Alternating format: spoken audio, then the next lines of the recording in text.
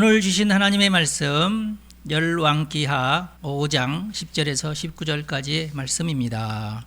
계시의 말씀을 읽을 때 하나님의 음성을 들으시기 바랍니다. 엘리사가 사자를 그에게 보내 이르되 너는 가서 요단강에 몸을 7번 씻으라 내 살이 회복되어 깨끗하리라 하는지라. 나아만이 노하여 물러가며 이르되 내 생각에는 그가 내게로 나와 서서 그의 하나님 여호와의 이름을 부르고 그의 손을 그 부위 위에 흔들어 나병을 고칠까 하였도다. 다메섹강 아바나와 바르발은 이스라엘 모든 강물보다 낫지 아니하냐? 내가 거기서 몸을 씻으면 깨끗하게 되지 아니하랴? 하고 몸을 돌려 분노하여 떠나니 그의 종들이 나와서 말하여 이르되 내 아버지여 선지자가 당신에게 큰 일을 행하라 말하였다면 행하지 아니하였으리이까? 하물며 당신에게 이르기를 씻어 깨끗하게 하라 함이리이까 하니 나아만이 이에 내려가서 하나님의 사람의 말대로 요단강에 7번 몸을 잠그니 그의 살이 어린 아이의 살같이 회복되어 깨끗하게 되었더라. 나아만이 모든 군대와 함께 하나님의 사람에게로 돌아와서 그의 앞에 서서 이르되 내가 이제 이스라엘 외에는 온 천하에 신이 없는 줄을 아나이다. 청하건대 당신의 종에게서 예물을 받으소서 하니 이르되 내가 섬기는 여호와께서 살아계심을 두고 맹세하노니 내가 그 앞에서 받지 아니하리라 하였더라. 나아만이 받으라고 강권하되 그가 거절하니라. 나아만이 이르되 그러면 청하건대 노새 2마리의 실을 흙을 당신의 종에게 주소서. 이제부터는 종이 번제물과 다른 희생 제사를 여호와 외 다른 신에게는 드리지 아니하고 다만 여호와께 드리겠나이다. 오직 한 가지 일이 있사오니 여호와께서 당신의 종을 용서하시기를 원하나이다. 곧 내 주인께서 림몬의 신당에 들어가 거기서 경배하며 그가 내 손을 의지하심에 내가 림몬의 신당에서 몸을 굽히오니 내가 림몬의 신당에서 몸을 굽힐 때에 여호와께서 이 일에 대하여 당신의 종을 용서하시기를 원하나이다 하니 엘리사가 이르되 너는 평안히 가라 하니라. 그가 엘리사를 떠나 조금 가니라. 아멘.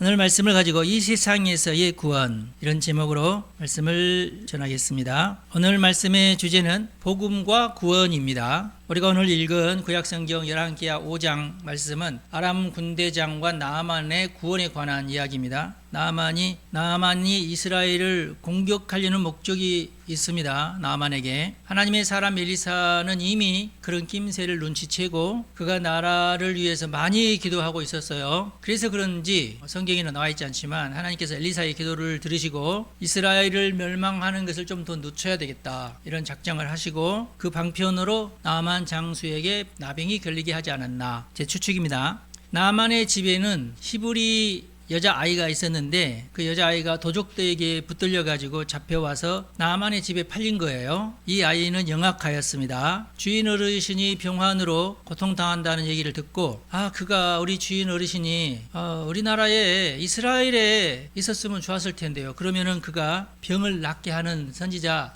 엘리사에게 가서 병이 나았을 것입니다. 안방마님에게 아뢰었어요. 나아만의 아내가 남편에게 이런 사실을 얘기하니까 백방으로 치료할 방법을 찾던 나아만이 그래? 그렇게 훌륭한 선지자가 있으면 내가 가야지 하고 왕에게 허락을 받고 여러 가지 보물들, 예물들을 싸가지고 엘리사의 집으로 갔습니다. 그리고 엘리사의 집에서 그 앞에서 이리 오너라 이렇게 외쳤겠죠. 엘리사에게는 게하시라는 사관이 있었는데 가서 이제 왜 오셨냐고 이만저만 하다고, 그러니까 불이 났게 또 엘리사에게 가서 이러저러 하답니다. 엘리사가 마치 이웃집 개를 대하듯이 그래? 너는 가서 그러면 그러하여금 요단강에 가서 7번 몸을 씻으라고 해라. 이 말을 전해들은 나아만이 화가 머리 끝까지 치밀러서 이럴 수가 있는가? 내가 그래도 장수고 멀리에서 왔는데 나와서 아이고 오셨냐고 이럴 줄 알았는데 내가 정성껏 예물을 가지고 선물까지 가지고 와서 겸손한 마음으로 와서 이렇게 나를 좀 도와달라고 하는데 나를 이렇게 푸대접 하다니, 나는 그가 와서 내 환처에 손을 대지는 않을지라도 그 위에서 이렇게 손으로 흔들면서 자기 하나님의 이름을 부르면서 내 나병을 고칠 줄 알았다. 그런데 이렇게 문전박대를 하다니, 이러고도 네가 무사할 줄 아느냐? 내가 누군지, 내가 오늘의 수치를 결코 잊지 않으리라. 여봐라, 돌아가자. 우리나라에는 요단강보다 더 크고 더 맑고 깨끗한 강들이 얼마나 많이 있는데, 응? 씻으려면 내가 그리 가서 씻지. 내가 이스라엘 요단강에서는 나는 안 씻겠다. 오면서 보니까 조그만하고 별 볼품도 없어 보이던데 어찌 저런 허접스러운 강에서 내가 목욕을 하겠느냐. 투덜투덜 화를 참지 못하고 고국으로 돌아가고 있는데, 눈치를 보던 부하들이 가만히 보니까 그 얼굴 표정을 보니까 즐거운 표정이 절대 아니죠. 속으로 이제 또 괜히 내가 이 말했나, 그냥 가서 씻을 걸, 그런 마음도 있었겠죠. 부하들이 눈치를 보면서, 장군님, 아니 이보다 더 큰 숙제를 냈으면 안 하실 건가요? 하실 거 아닙니까? 가다가 목욕하는 셈치고 요단강에 가서 7번 들락날락 하시면 될 거 아니겠어요? 우리가 이렇게 멀리까지 왔는데 유명하신 선지자님이라고 하니까 그저 한번 순종하는 것도 나쁘지 않을 것 같습니다. 나만이 참 순진한 사람이에요. 그 말을 들으니까 그 말도 일리가 있어. 맞다. 여기까지 왔는데 내가 홧김에 막말을 했지만 속으로는 한탄스럽고 서글프고 억울하고, 이제 나는 어떻게 할까? 아이고 내 팔자야. 어쩌다 이런 몹쓸병에 내가 걸려가지고 이 고생을 한단 말이냐. 엘리사 때문에 걸린 거 아닐까요? 제가 볼 때는. 네. 그래, 속는 셈 치고 가는 도중에 땀도 나고 그러니까 요단강에 7번 들락날락 해야 되겠다 하고 요단강에 가서 7번 들어갔다 나오니까 온 몸에 나병이 깨끗하게 나왔어요. 하나님의 기적이죠. 나만이 구원을 받았습니다. 하나님의 말씀에 순종했더니. 이게 핵심이에요. 오늘 말씀의 핵심. 놀란 나아만 장군이 크게 각성을 하고 다시금 엘리사의 집에 돌아와서 문 앞에 머리를 숙였어요. 내 병이 나았는데 이건 당신의 말대로 해서 내가 병이 나았습니다. 제가 선지자님을 몰라보고 큰 신뢰를 범했습니다. 용서해 주십시오. 이제 저는 이스라엘의 하나님 외에는 다른 어떠한 신도 내가 섬기지 않겠습니다. 부디 용서하시고 저의 예물을 받아주십시오. 그래서 엘리사가 아주 강경하게 나가서, 나는 절대로 하나님 아버지의 이름으로 맹세를 하노니 나는 너의 선물을 절대로 받지 않겠다. 아니 왜 그러시냐고. 부족한 선물이지만 제발 받아주십시오. 제 소원입니다. 아니다, 나는 절대로 받지 않겠다. 엘리사가 나아만의 선물을 받지 않는 이유는 딱 한 가지예요. 저놈이 절대로 우리나라에 쳐들어오지 못하게끔 하려고 그러는 거예요. 사람의 마음은 오늘 다르고 또 내일 다릅니다. 오늘은 너무 충만하고 감사한 마음이지만 고국으로 돌아가면은 내가 그때 그렇게 아팠다는 것을 잊어버리고 그때 내가 그 수고비로 내가 선물을 그렇게 많이 줬으면 됐지, 이렇게 된다고요. 사람 마음이 다 그래요. 그래서 엘리사는 그럴까봐 선물을 안 받은 겁니다. 재물이 탐나지 않아서가 아니에요. 나라를 걱정하다 보니까 그렇게 된 거예요. 여러분, 나라를 걱정해 주시기 바랍니다.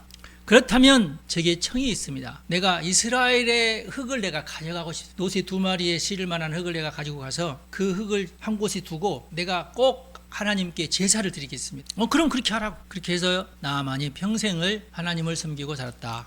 하나님의 사자에게 순종을 하고 구원을 받고 평생 하나님의 사람이 되었다. 그런 얘기죠. 나만 장군은 살아계신 하나님을 만나면서 그의 삶의 방향이 완전히 바뀌었어요. 그는 구원을 받았고 하나님만 섬기기로 맹세를 했습니다. 구약 성경에 나오는 여러 가지 이제 구원 사건 중에서 나아만의 이야기도 아주 중요한 사건이죠. 여러 사람이 있지만 물론 이처럼 구원이라고 하는 것은 하나님의 사람을 만나든지 하나님에게 계시를 받든지, 그리고 그 말씀에 순종을 하고 하나님께서 기적을 베풀어 주셔서 병도 낫고 또는 문제가 해결되고 여러 가지 어떤 좋은 일이 생기면은 우리는 그것을 구원받았다, 그렇게 얘기를 하는 겁니다. 구원이라는 게 단 게 아니에요. 강물에 빠져서 죽어가는데 사람 살려! 그러면은 누가 가서 구해주면은 그 사람은 구원을 받은 겁니다. 직장에 큰 문제가 생기는데 내가 책임지고 내가 풀어야 될 문제인데 답이 없어요. 그럼 어떻게 해요? 그때 하나님 살려주십시오 해야죠. 이거 어떻게 하면 좋을까요? 그랬더니 하나님께서 지혜를 주셔서 옳지, 이렇게 하면 되겠구나 하고 거기서 벗어나면은 또 구원 받은 겁니다. 자녀를 위해서 기도하다가, 부모를 위해서 기도하다가 문제를 해결받으면 구원받는 거예요. 이 세상에는 우리가 구원받아야 될 일이 많습니다. 여러분들도 항상 구원받으시기를 간절히 바랍니다. 흔히들 착각하는 것이 뭐냐면 구원이라고 하는 것이 먼 미래에 나 있는 일로 생각하는 거예요. 천국 가는 것이 구원이다, 이렇게. 물론 그 생각이 틀린 것은 아닌데 한쪽만 알고 있는 거예요. 구원이라고 하는 것은 멀리 천국이나 가서 받는 게 절대 아니라 오늘 우리가 받는 것이 구원이다. 과거 우리나라가 산업화 시대에 다 같이 못 살고 힘들고 어려울 때는 자신들 생각에 어떻게든지 이 세상에서는 내가 구원을 못 받고 죽어서 하늘나라에나 가야지 하면서 열심히 교회 다니던 사람들도 많았어요. 그때는 그랬어요. 그렇지만 당시에 목회자들도 그런 것이 구원이라고 안 가르쳤으니까 그냥 복만 받아라, 혹은 뭐냐, 네가 취직하는 것이 복이다, 네가 병상에서 나음을 받는 것이 복이다, 복만 생각을 했어요. 근데 성경은 뭐라고 얘기하냐면 그걸 구원이라고 얘기해요. 여러분, 문제 있습니까? 문제 해결이 복입니다. 복이 아니라 구원입니다. 나도 잘못하네. 그게 구원이에요. 바로 이 세상에서도 구원을 받아야 돼. 여러분 구원 받으시기 바랍니다. 나는 안 돼. 요즘 이상하게 많은 우리나라 사람들도 나는 안 돼. 이번 생은 안 돼. 이런 이상한 생각에 빠져 있어요. 여러분 그 생각은 나쁜 생각입니다. 하나님 생각이 아니에요. 이번 생이라니 이번 생밖에 없어요. 여러분 나중 생이 뭐가 있겠어. 나중에는 파리로 태어날지도 몰라요. 근데 무슨 이번 생을 포기하고 그래요. 나중 생은 없어요. 이번 생밖에 없습니다. 앞으로 몇십 년 더 살아야 되는데 그냥 이대로 살 거예요? 구원 받으시기 바랍니다. 이대로 말 수가 없어요. 구원이란 현재 우리의 삶에 절실하게 필요한 것이 구원이에요. 예수님의 말씀에도 현실에서 지금 이 나의 삶에서 구원 받아야 된다는 말씀을 굉장히 많이 하셨어요. 말씀 한번 볼까요? 누가복음 7장 20절 21절 하나님의 나라는 볼 수 있게 임하는 것이 아니요 또 여기 있다 저기 있다고도 못하리니 하나님의 나라는 너희 안에 있느니라 그랬어요. 어디 있다고요? 너희 안에. 천국이 어디 있다고요? 너희 안에. 구원이 어디 있다고요? 너희 안에 있다는 거예요. 너희 안에. 아까 우리가 나아만 얘기를 했으면은 나아만도 이것을 구원 받을지 말지를 자기가 결정을 해야 돼요. 요단강에 들어갈지 말지. 부하들이 막 끌어다가 집어넣겠어요? 안 돼요. 내가 순종할지 말지는 내가 결정하는 거예요. 천국은 어디 있어요? 네 마음에 있다 그랬어요. 하나님의 말씀을 들을 때 그래 짜증이 나지만 말씀대로 순종해야지. 그게 하나님의 마음이에요. 하나님의 구원의 문이에요. 구원의 문은 순종할 때 내게 임하는 거예요. 또 누가복음 11장 20절에 보니까 내가 만일 하나님의 손을 힘입어 귀신을 쫓아낸다면 하나님의 나라가 이미 너희에게 임하였느니라 그랬어요. 근데 예수님은 수많은 귀신을 쫓아냈잖아요. 그 말은 무슨 말이에요? 지금 현재 하나님의 나라가 너희에게 임했다는 거예요. 천국이 너희에게 임했다는 거예요. 여러분 하나님만 귀신을 쫓아내십니다. 여러분 예수님의 이름으로 귀신이 쫓겨나가는 것을 믿으시기 바랍니다. 귀신 그런 거 없어. 있어요. 성경에 분명히 있다고 돼 있잖아요. 성경 말씀을 믿으시기 바랍니다. 그리고 로마서 12장 2절에도 이 세대를 본받지 말고 오직 마음을 새롭게 함으로 변화를 받으라고 돼 있어요. 마음이 새롭게 변화를 받아야 내가 구원을 받고 내 안에 천국이 들어오는 겁니다. 그리고 마태복음 6장 33절에도 먼저 그의 나라와 그의 의를 구하라 그랬어요. 이 말씀들은 모두 우리가 죽어서 가게 될 천국에 관한 얘기가 아니에요. 이미 이 땅에 예수님께서 천국을 가지고 이 땅에 침투해 들어오셨어요. 그걸 우리는 하나님의 나라라고 그럽니다. 여러분 마음속에 하나님의 나라가 이루어져야 돼요. 여러분의 삶 가운데 저주가 끊어져야 됩니다. 저주는 끊어져야 됩니다. 어쩔 수 없어 나는 업보가 있고 내가 지은 죄가 있어서 그래서 예수님께서 죄를 씻어주신다고 하셨고 저주를 끊어주신다고 하시는 거예요. 그래야 우리가 구원받는 겁니다. 우리는 구원을 받아야 돼요. 그게 그리스도인들의 삶이에요. 당연히 그래야 됩니다. 여러분 그냥 그대로 지내실 거예요?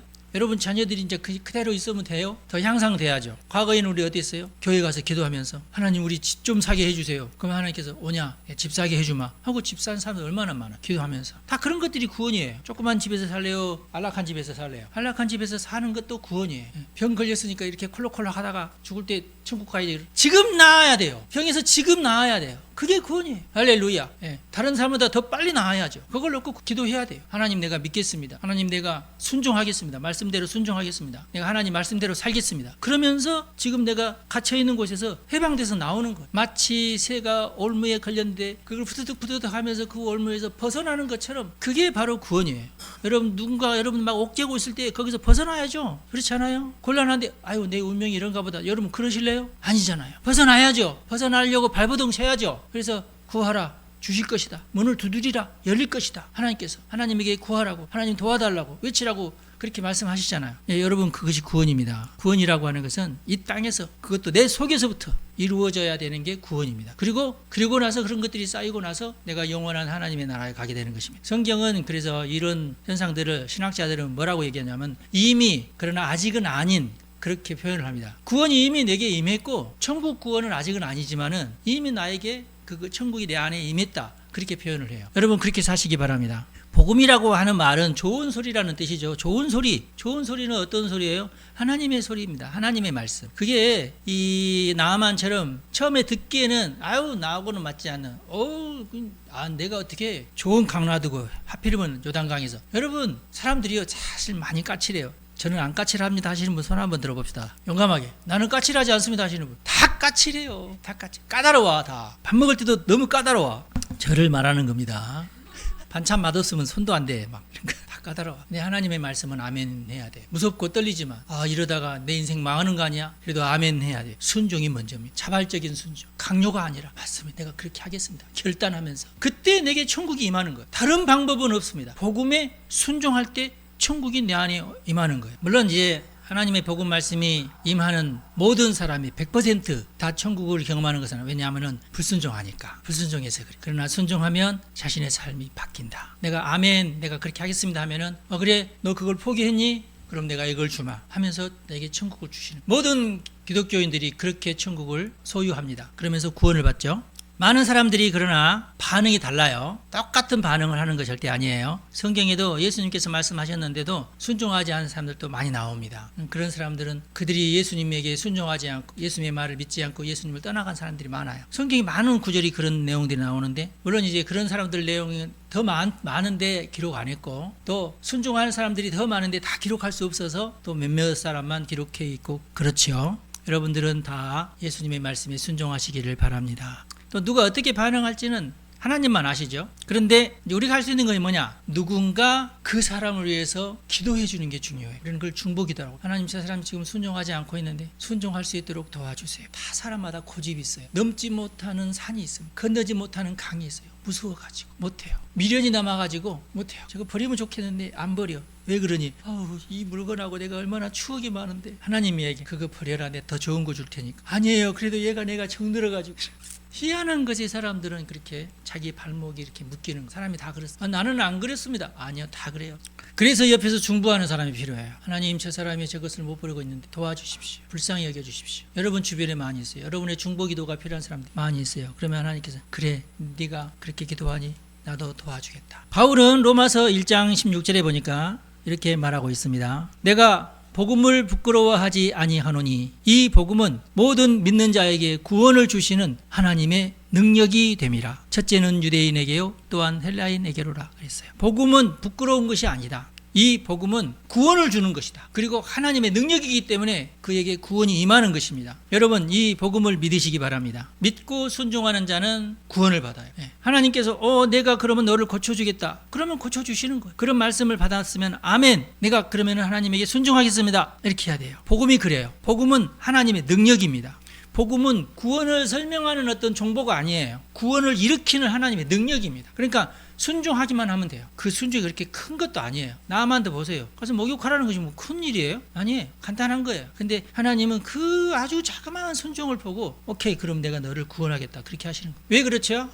하나님은 우리가 하나님과의 관계를 회복하는 것이 하나님의 목적이에요. 그러니까 어려운 막 숙제를 내주면서 관계를 회복하려고 하지 않고 제일 편리한, 제일 하기 쉬운 그런 숙제를 내주면 그걸 하면은 오케이, 그러면 너하고 나하고는 이제 악수하자, 관계를 맺게 됩니다. 하나님의 자녀가 되는 관계, 하나님이 나의 아버지가 되고 나는 하나님의 자녀가 되는 그런 관계가 맺어지면 돼요. 그게 구원입니다. 하나님의 말씀은 뭐 유명하신 어떤 철학자의 말씀, 그게 아니에요. 내가 너를 고쳐주겠다요. 너무 쉽죠? 너에게 이런 어떤 정보를 주는데 네가 이것을 잘 깨달으면 내가 너를 구원하고. 불교입니까? 아니에요. 그런 거 아니에요. 하나님은 우리와 관계를 맺기를 원하시고 그 관계를 맺기 위해서 아주 간단한 것을 우리에게 믿으라고 하십니다. 근데 이 복음과 구원에는 어떤 단계가 있어요. 야곱의 사다리로 성경에는 표현되기도 하고, 인생을 이제 순례길이라고 하면서 순례길, 이 길을 갔으면 조금 더 높은 길도 가고 이렇게 표현하기도 하고, 인생의 순간순간 여러분이 이제 성장하면 성장할수록 좀 더 큰 일을 해야 되고 좀 더 어려운 일을 해야 되고 그러잖아요. 초등학생한테 하나님께서 어른이 해야 될 숙제를 주거나 그러지 않아요. 근데 우리가 이제 성장하면 성장할수록 거기에 따른 어떤 숙제를 주십니다. 그게 이제 복음이에요. 그런데 내가 성장해서 이쪽에서 저쪽으로 건너가야 돼요. 근데 이쪽 난간이 있고 저쪽 난간인데 그 아래에는 어떤 낭떠러지가 있다고 그럽시다. 그럼 어떻게 해요? 무서워요. 여기서 살지 뭐, 지금까지 살았는데. 근데 저리 건너가야 되는데 어떻게 할까? 그럼 어떻게 해야 돼요? 이쪽 난간을 놓고 저쪽 난간을 붙들어야 되죠. 거기에 힘든 거예요. 거기에 조금 이제 내가 조금 올라가려면, 좀 더 나은 구원으로 옮겨가려면 거기에 힘든 거예요. 그래서 성경에는 걱정하지 말라, 염려하지 말라, 용기를 내라, 이런 말이 많아요. 내가 너를 도와주겠다. 너는 이쪽 난간을 놓고 저쪽 난간으로 넘어가거라. 내가 너의 옆에서 너를 도와줄 테니까 용기를 내서 저쪽으로 건너가렴. 또 성경에는 네가 어린아이 같은데 네가 이제 앞으로 장성한 분량이 되기까지 네가 성장할 것이다 라는 표현도 있어요. 성장해야 되겠죠. 언제까지 뭐 어린아이처럼 있을 수는 없잖아요. 그래서 믿음의 여정은 인생의 성숙도를 표현하기도 합니다. 사람마다 물론 차이는 있어요. 형편도 다 각각 다르고 그렇습니다. 비슷한 사람은 있어도 똑같은 사람은 없어요. 여러분들의 인생이 다 달라요. 물론 성경에는 드라마틱하게 변화된 사람들의 이야기가 많지요. 하지만 대체적으로 평범한 삶을 누리면서 보통 사람으로 살아가는 사람이 훨씬 더 많습니다. 근데 보통 사람이라고 해서 어떤 단계적인 구원이 없냐, 그것은 아니에요. 소소하지만 위대한 일은 아니지만 각자 한 단계 한 단계 넘어가야 할 것들이 많습니다. 근데 이제 하나님 입장에서 멀리서 바라보면 다 고만고만하는 거예요. 첫 번째 구원 경험이란 뭐냐? 그건 대부분 안심하는 거예요. 안심, 평안을 회복하는 겁니다. 예수 믿지 않는 사람들의 기본적인 문제가 뭐냐? 마음속에 평안이 없다는 거예요. 편안하지가 않아요. 불안합니다. 근데 그 불안이 너무 오래 지속되니까 다들 이렇게 살려니 하면서 자기가 불안한지도 모르고 사는 거예요. 첫 번째 구원은 안심하는 거라. 그래서 어떤 목사님이 내가 옛날 초등학생 때 들은 설교 중에 성경에는 두려워하지 말라, 염려하지 말라, 평안하라는 말이 365번 기록됐다고 그래요. 그런가 보구나. 대단하구나. 한 번도 쉬어본 적 없는데 그래서 내가 오늘 쉬어봤어요. 클로드한테 물어봤어요. 성경에 두려워하지 말라, 놀라지 말라, 염려하지 말라, 평안하라, 안심해라 그런 말이 몇 번 있냐 그랬더니 죄송합니다. 많은 목사님들이 365번이라고 그러는데 제가 오늘 세어보니까 150번입니다. 절반도 안 돼. 그 유사한 것까지 합해도 200구절이 안 된대. 목사님 저로서도 죄송합니다. 저는 한 번도 그렇게 말 안 했긴 했는데 다행스럽게 한 적 있나요 내가? 내가 직접 찾아보지 않아서 제가 그런 말을 안 했어요. 근데 오늘 하여튼 내가 이제 센 것도 아니고 클로드가 셌어요. 셌더니 하여튼 죄송하지만은 많은 목사님들이 이렇게 얘기하는데 사실은 내가 오늘 세어보니까 150개밖에 안 되네요. 그래. 주여 150개도 많아요 여러분. 그렇죠? 근데 그만큼 많아요. 하여튼 염려하지 마시기 바랍니다. 그리고 사람들은 그 불안을 감추고 불안을 이겨내기 위해서 힘쓰죠. 또 다른 사람 볼 때는 내가 불안하게 보이지 않게끔 위해서 또 여러 가지 장치를 또 만들어 놓고 있죠. 그런데 그 불안을 감추기 위해서는 항상 어떤 제스처가 있어요. 불안할 때 나오는 어떤 제스처. 예를 들어서 도둑놈들은 거짓말하면은 갑자기 코가 이제 좀 가려우니까 경찰 앞에서 나 안 했다고 해놓고 안 했다고 이러는 거. 그러면 이제 자기 불안할 때 이제 땀이 나오니까 어쩔 수 자기도 모르게 이제 손이 뒤로 가는 거고 그렇죠. 이렇듯이 사람마다 자기의 불안을 감추기 위한 어떤 제스처가 이런 게 있어요. 어떤 항상 하는 말이 있어요. 나는 이렇다고 얘기해요. 근데 나는 이렇다고 하는 말은 결국 뭘 말하느냐 하면은 나의 불안을 지금 내가 감추고 있습니다 라는 뜻이에요. 여러분들도 그런 것을 한번 연구해 보세요. 그러면 내가 불안할 때 이런 현상이 있구나. 이것을 내가 없애려면 어떻게 할까? 하나님한테 여쭈시고 하나님의 복음을 받으시기 바랍니다. 하여튼 첫 번째 구원은 무조건 평안을 회복하는 거예요. 평안을 회복하는 것은 다른 게 아니에요. 하나님이 내 옆에 있어야 되는 거. 그걸 내가 믿을 때 내가 편안하게 된다. 근데 어떤 사람들은 대부분 그래서 내가 예수를 믿고 나서 마치 내가 정말 무거운 짐을 벗은 느낌이다. 이런 느낌을 받는 사람들이 많아요. 그것은 내가 하나님과의 관계가 회복됐다는 뜻이에요. 그래서 편안해지는 겁니다. 이것이 첫 번째 구원입니다. 그리고 많은 사람들이 경제적인 압박 때문에 좀 불안해요. 짓눌려 살죠. 갚아야 될 돈이 있고 그러면 그런 것이 항상 나를 억누르고 있죠. 근데 솔직히는 경제적인 압박보다도 더 사람을 고통스럽게 하는 압박이 있어요. 뭘까요? 인간관계가 주는 압박입니다. 누구 때문에 항상 불안해. 누구 때문에 있어요. 그런데 그 사람하고 또 헤어질 수도 없어. 그럼 어떤 관계예요? 그러면 식구 관계지. 저 왼수 근데 이혼할 수 없어. 이런 거 많잖아요. 아이고 저 왼수라고 또. 옛날에는 그런데 요즘은 안 그런가? 요즘에는 이혼이 너무 쉬워가지고 그냥 이혼하고 말잖아요. 그렇다고 문제 해결되나요? 아니야. 더 힘들어져. 경제적으로도 더 힘들어지고. 사람은 혼자가 아닙니다. 홀로 거하는 것이 좋지 못합니다. 사람은 혼자 있을 때요 불안을 이겨낼 수가 없어요. 그리고 그것 때문에 더 큰 위기에 봉착하게 돼요. 물론 식구 없이 혼자 잘 지내는 사람도 많습니다. 제가 그것을 부인하거나 그러진 않아요. 다만 그 사람은 힘겹지만 그것을 버티고 사는 법을 익힌 거예요. 자기가. 그리고 많은 기독교인들은 하나님 때문에 삽니다. 혼자 사는 기독교인들 많거든요. 하나님이 많은 의지가 돼. 제가 이제 많이 들었던 말은 지긋지긋한 왼수가 이제 식구인 경우 날마다 얼굴 마주쳐야 되는데 도망갈 수도 없고 또 무시할 수도 없고 매일 스트레스를 받는데 또 식구가 없으면 또 안 돼. 가장 나에게 도움이 되기도 하고 가장 나를 스트레스 받게 하기도 하는 존재가 식구예요. 벗어날 수가 없어요. 우리는 그런 상태를 갈등 상태라. 갈등.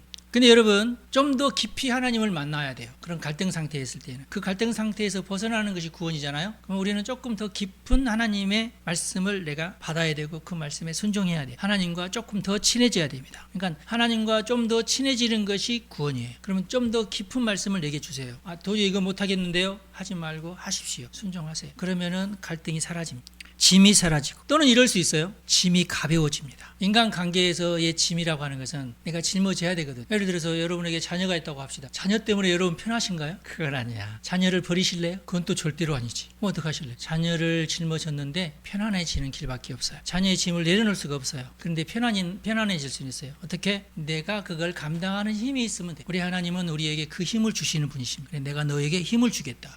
고난을 이겨낼 수 있는 힘, 그러면서 관계를 회복하는 힘, 마음 깊은 곳에 있는 불안이 사라지게 돼. 여러분 무엇 때문에 지금 불안하시나요? 관계에 관해서. 누구 때문에 지금 불안하신가요? 누구 때문에 지금 스트레스 받고 있나요? 네, 하나님은 그런 불안도 없애시기를 원하세요. 흔히 이제 예수를 믿게 되면 교회 생활을 하잖아요. 교회 생활을 하게 되면 목사님만 보면 괜찮은데 교인들 중에 나를 힘들게 하는 교인들이 있어요. 그럴 수 있어요. 어떻게 해야 돼요? 봉사하십시오. 헌신하십시오. 차라리. 그러면은 편해져요. 오히려. 내가 짐을 지려고 하면 편해져요. 처음에는 어려운데 지면은 가벼워져요. 즐거워지고. 헌신이 부담이 아니라 헌신이 기쁨이 됩니다. 하나님이 그런 마음도 주시고 그럴 힘도 주시고 그럴 지혜도 주시고 또 그렇게 헌신하기 위해서 필요한 것도 하나님께서 마련해 주시고 그래요. 정말 그렇습니다, 여러분. 나는 뭐 경험도 안 해보고 이런 말 하는 게 아니에요. 제 집사람이 그런 거 제일 많이 경험한 사람. 한때 내가 막 무리해가지고 우리 어르신들을 모시고 잔치합시다 그런 적 있잖아요. 매주 수요일마다. 돈도 없었을 때인데. 근데 하나님께서 우리가 그렇게 한다고 하니까요. 수많은 곳에서 먹을 것을 보내주시고 그랬어요. 한두 번도 아니에요. 다는 아니고 우리 같은 작은 교회는 아니고 큰 교회에서는 교인이 왼수인 수도 있어요.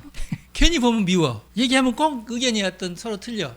뭐 여기저기 교회 많으니까 다른 교회 가면 됩니다. 근데 새로 옮겨간 교회에서도 똑같은 불편들이 생깁니다. 진상이 있고 교회마다. 우리 같은 교회는 작으니까 그렇지 않은데 큰 교회들은요 진상 많아요. 목사님 나도 큰 교회에 있어봤는데 진상 많아요. 진상들은 큰 교회 가면 많아요. 답답이도 있고 고구마도 있고요. 은은한 광인도 있고 그래요.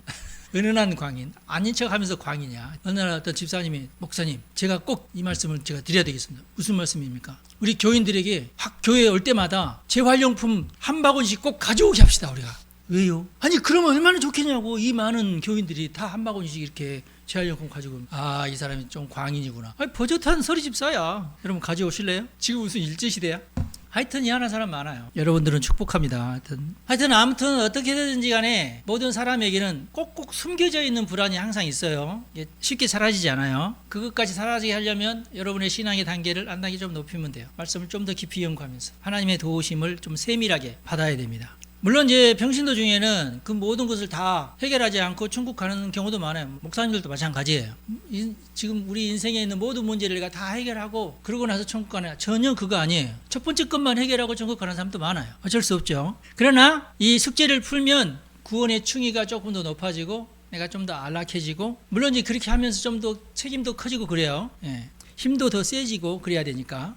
또 좋은 점도 있어. 그만큼 또 권한이 있어지고 만족이 더 커집니다. 그러니까 이건 꼭 이래야 된다가 아니에요. 내가 원하느냐예요. 하나님과의 관계가 여러분들 형성됐습니까? 그러면은 그 관계는요 천국 갈 때까지 영원합니다. 그러니까 여러분 좀 더 편리해지고 싶고 좀 더 힘이 있고 싶으십니까? 그러면 한 단계 올라가야 돼요. 구원의 단계에서. 좀 더 만족한 삶을 살고 싶으십니까? 좀 더 부유한 삶을 살고 싶으십니까? 그러면 한 단계 올라가야죠. 가만히 있어서는 안 돼요. 그렇게 되면은 이제 자신만의 구원이 아닌 다른 사람의 구원에까지 내가 관여하게 되고 그 사람도 내가 좀 도와주게 되고 구원시키고 여러분의 가정이 변화되기도 하고 여러분의 직장이 변화되기도 하고 교회가 변화되기도 하고 그래요. 그리고 이 사회가 변화되기도 하고 그래요. 그래서 진실한 크리스찬이 많은 나라가요 부강한 나라가 될 수밖에 없어요. 인류 역사가 그것을 증명하고 있습니다. 성경은 죽어서 가게 될 천국에 관한 얘기도 많지만 이 땅에서 이루어야 될 천국에 대해서는 더 많은 정보를 담고 있다. 그게 성경이다. 어떻게 이 세상에 있는 악과 싸워서 이길 것인지에 대한 정보가 많습니다. 무엇을 위해서 살아야 되는지, 천국 가기 위해서 어떻게 해야 되는지가 아니라 이 세상에서 무엇을 위해서 살아야 되는지에 대한 정보가 많아요.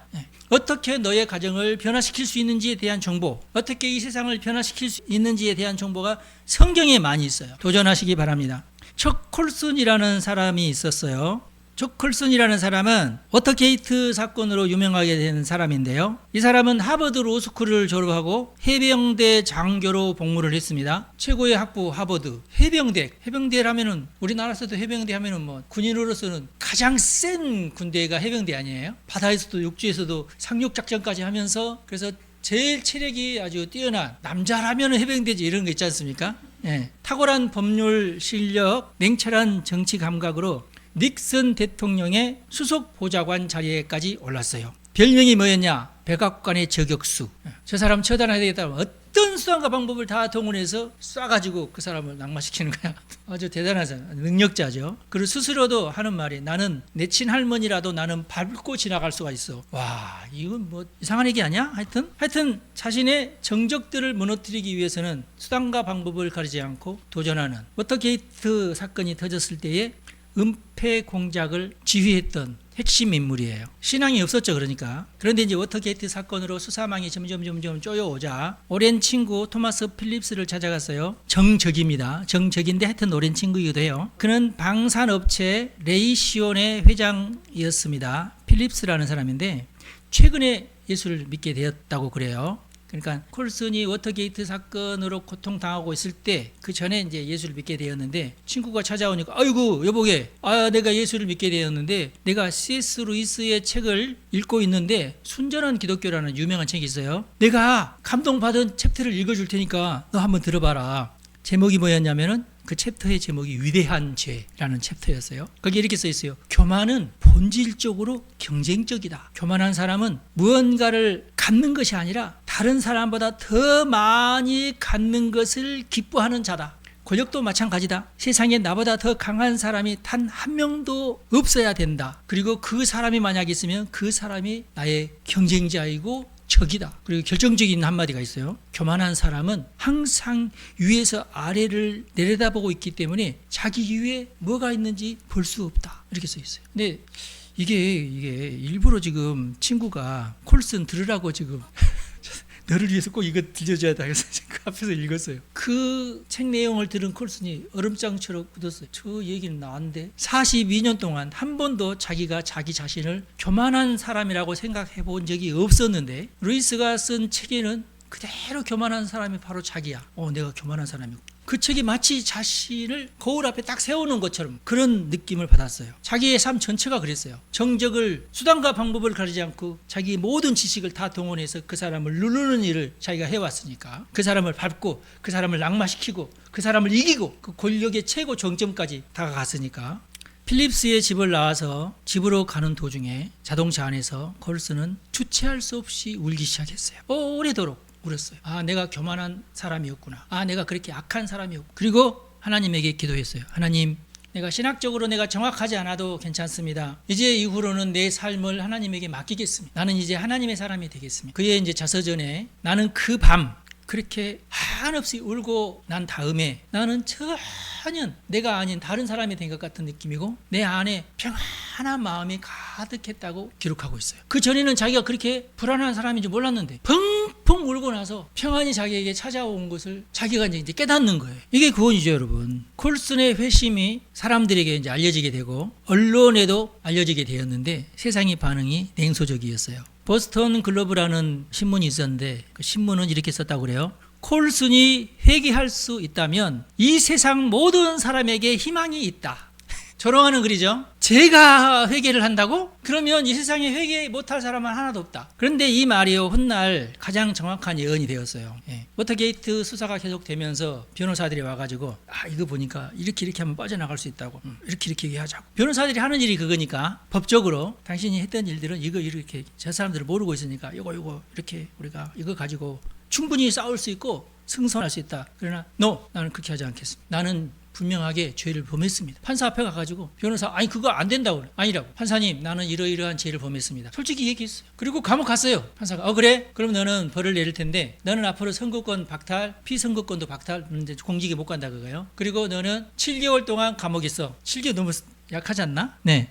그 후로 그는 새로운 그리스도인으로 정직하게 살아야 되겠다고 결단을 하고 정직하게 삽니다. 그리고 엘라베마 맥스웰 연방교도소에 수감됩니다. 교도소 안에서 콜슨은 처음으로 권력자들에게 둘러싸이지 않는 죄인으로 가득한 사람들 안에서 살게 되었어요. 그리고 그는 그곳에서 성경을 읽기 시작했습니다. 그러면서 성경 공부를 하기 시작했어요. 그를 따라서 몇 명이 같이 성경 공부를 하게 됐어요. 비슷한 제목으로 들어와 있던 건물급들이 또 있어서 그런 사람들과 같이 이제 성경 공부하고 평범한 이제 죄수들하고도 같이 이제 성경 공부하고 그랬는데 그 감옥에서 가장 덩치 큰 큰 사람이 하는 말이 있어요. 콜슨이 당신 출소하면 우리 같은 사람들을 위해서 뭘 할 거야? 이렇게 누가 물었어요. 콜슨이 나 당신들 잊지 않겠습니다. 그러자 그 덩치 큰 사람이 거짓말! 당신 같은 거물들은 나가면 우리 같은 소인배들 그냥 잊어버려. 나도 그럴 것 같아요. 하여튼. 그런데 콜슨은 그 사람이 한 말에 무너졌어요. 저 사람 말이 맞다. 내가 방금 했던 말이 거짓말이 되겠구나. 나는 절대로 감옥 생활을 잊지 않겠다. 그리고 그 사람이 출소를 해가지고 어떤 단체를 하나 만들었어요. 그게 뭐냐면 Prison Fellowship, 우리나라 말로 굳이 번역을 한다면 교도소 선교회를 만들었어요. 그렇게 하고 수감자들에게 복음을 전하는 사업을 시작을 하고 그 가족들을 돌보는 사업, 그리고 그 사람들이 출소 후에 사회에 재편입할 수 있는 어떤 제도들을 만드는 그런 사역을 했어요. 그래서 재범률이 많이 떨어졌다고 그래요. 왜냐하면은 이제 다시금 직장 생활을 하게 되니까. 미국에는 한번 수감돼서 나오면은 직장은 어디를 가든지 다 거부당합니다. 무조건. 조금만 들어갔다 나와도 거부당하는데, 그런 사람들만 따로 이렇게 모아가지고 직장 생활할 수 있도록 하는 그런 어떤 방법을 마련했다 그 말이죠. 지금까지 이 프로그램이 계속되고 있고, 그리고 이제 그가 템플턴 상을 수상한 경력도 있네요. 상금이 100만 달러입니다. 그런데 그가 시상식 자리에서 100만 달러 전액을 자기가 만든 교도소 선교회에 전액 기부를 했습니다. 그리고 교도소를 돌면서 자기가 죽는 날까지 강연을 하면서 돌아다녔어요. 강연을 하다가 나이가 들어서 죽었어요. 이 사람이 참 모범적인 사람이죠. 물론 이제 최고 학부까지 공부를 했고 자기 나름대로의 가장 어떤 훌륭한 삶을 살겠다고 이렇게 도전 정신이 강했던 사람이니까 그러기도 했겠지만은, 그 사람은 이렇게 한번 회심을 하고 하나님을 믿는 다음에는 세상과 타협하지 않고 불우와 타협하지 않고 어떤 도전이든지 내가 그러면 이것은 하나님에게 내가 이 문제를 맡기고, 나는 어차피 내 인생을 하나님께 나는 드렸으니까 이런 마음을 가지고 헌신적인 삶을 살았다라는 이야기가 있습니다. 우리가 모두 다 첫 콜슨이 될 수는 없지만, 여러분들은 나는 지금 어떤 단계에 있는가, 믿음의 어떤 구원의 어떤 단계에 있는가, 1층에 머물러 있는가, 천국 복음만 가지고 있는가, 아니고 이 복음이 나의 삶, 나의 가정, 나의 직장 이런 데까지 영향력을 미치고 있는가. 여러분, 복음이라고 하는 것은요, 측정할 수 없는 그리스도의 풍성함이라고 말하고 있어요. 에베소서 3장 8절 9절. 모든 성도 중에 지극히 작은 자보다 더 작은 나에게 이 은혜를 주신 것은 측량할 수 없는 그리스도의 풍성을 이방인에게 전하게 하시고, 영원부터 만물을 창조하신 하나님 속에 감추었던 비밀의 경륜이 어떠한 것을 드러내게 하려 하심이라 라고 말씀하고 있습니다. 측량할 수 없는 그리스도의 풍성함이 여러분의 삶에 넘쳐나야 됩니다. 여러분, 이 풍성함을 다 내가 누리려면 한 생애로서는 짧겠죠. 여러분들의 자녀들에게도 이 풍성함이 이어져야 될 줄로 믿습니다. 여러분들 그래서 기도하십시오. 식구들을 위해서 기도하시고 자녀들을 위해서 기도하시기 바랍니다. 여러분의 삶이, 여러분의 가정이 더 풍성할 수 있도록, 더 하나님의 은혜가 넘칠 수 있도록, 그러면 하나님께서 도와주실 것입니다. 여러분의 가정에 구원이 더 충만하시기를 간절히 바랍니다. 기도하겠습니다. 하나님 아버지, 감사합니다. 우리를 구원하시려고 이 땅에 오신 예수님, 우리에게 복음을 주시고 그 복음을 믿음으로 받아들이게 하시고 하나님의 자녀로 살아가게 하시니 감사합니다. 하나님, 오늘도 우리는 새로운 단계의 구원이 필요합니다. 우리의 영안을 열어주십시오. 우리의 삶이 더 나은 삶이 되도록 우리를 인도해 주옵소서. 우리가 영적인 눈을 뜨게 하시고 나를 변화시키는 복음의 말씀을 듣게 하시고 나의 믿음을 도와주시고 도전하게 하시고 마침내는 한 단계 더 높은 구원을 얻게 하옵소서. 우리의 삶을 잘 하시는 주님, 우리의 영안을 열어주시고 하나님이 원하시는 구원을 구하게 하시고 찾게 하시고 문을 두드리게 하시고 마침내 그 구원을 얻게 하여 주옵소서. 우리 주 예수님의 이름으로 기도합니다. 아멘. 여러분 축복합니다.